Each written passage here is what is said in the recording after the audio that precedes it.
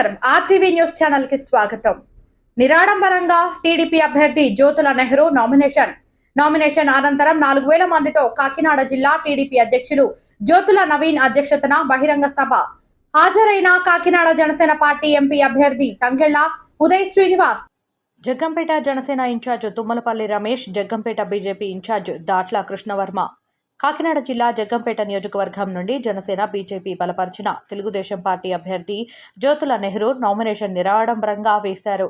ముందుగా జగ్గంపేట గ్రామదేవత రావులమ్మ ఆలయం వద్ద ప్రత్యేక పూజలు చేసి అక్కడే నామినేషన్ పత్రంపై సంతకం పెట్టి అక్కడి నుండి 5 సభ్యులతో జగ్గంపేట ఎన్నికల కార్యాలయం వద్దకు వెళ్లి నామినేషన్ పత్రం రిటర్నింగ్ అధికారికి అందజేశారు. అనంతరం కాకినాడ జిల్లా తెలుగుదేశం పార్టీ అధ్యక్షులు జ్యోతుల నవీన్ అధ్యక్షతన 4000 మంది పాల్గొన్న బహిరంగ సభలో జ్యోతుల నెహ్రూ మాట్లాడుతూ రానున్న 24 రోజులు అత్యంత కీలకమని, ఈ నెల చివరి దాకా గ్రామాల్లో యువగళం, దళిత గళం, మహిళా శక్తి, బీసీ గళం, నవీన్, లక్ష్మీదేవి, తోట సునీత ప్రచారం నిర్వహించి బ్యాలెట్ పత్రాలతో ఓటర్లకు అవగాహన కల్పిస్తామని అన్నారు.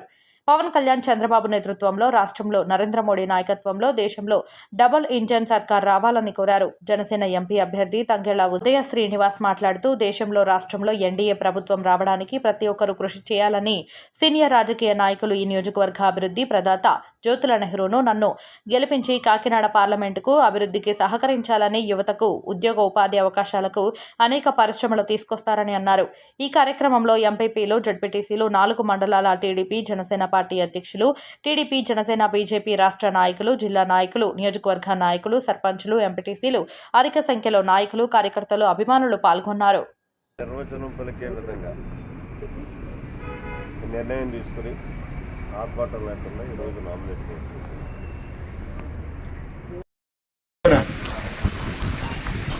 ఎంతమంది మీరు వచ్చి నా నామినేషన్కి ఆశీర్వాదాన్ని ఇచ్చినటువంటి పరిస్థితి ఉందంటే ఇంకంతకన్నా ఎవరు ఏం కావాలన్నా.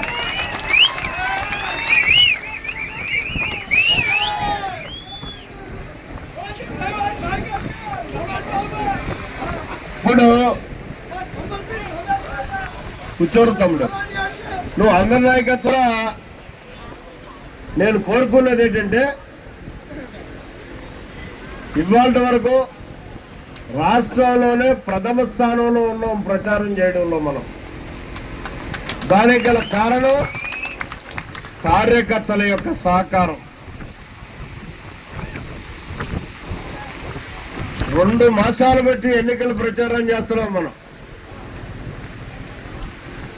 మహిళా గళం గారి ప్రతి ఇంటింటికి తిరిగారు, మళ్ళీ 2వ వాళ్ళు తిరగడం మొదలు పెట్టారు. అలాగే యువగళం అని చెప్పేసి కార్యక్రమాలు తీసుకున్నాం, వాళ్ళు కూడా ప్రతి ఇంటింటికి వెళ్తున్నటువంటి పరిస్థితులు ఉన్నాయి. అలాగే దళిత గళం అని చెప్పేసి కార్యక్రమం తీసుకున్నాం. దళితులందరూ దళితుల పార్టీలకు వెళ్ళి జగన్మోహన్ రెడ్డి వల్ల జరిగినటువంటి అన్యాయాలను విపులంగా చెప్తూ మరి ఎప్పుడూ లేనటువంటి చేంజ్ని తీసుకొస్తున్నటువంటి పరిస్థితి ఉంది. అలాగే బీసీ డిక్లరేషన్ అది మొన్నటి నుంచే ప్రారంభించాం. ఈ బీసీ డిక్లరేషన్ వేదిక మీద ఉన్న టీడీపీ, జనసేన, బీజేపీ నాయకులకి, మన కాబోయే ఎమ్మెల్యే నెహ్రూ గారికి,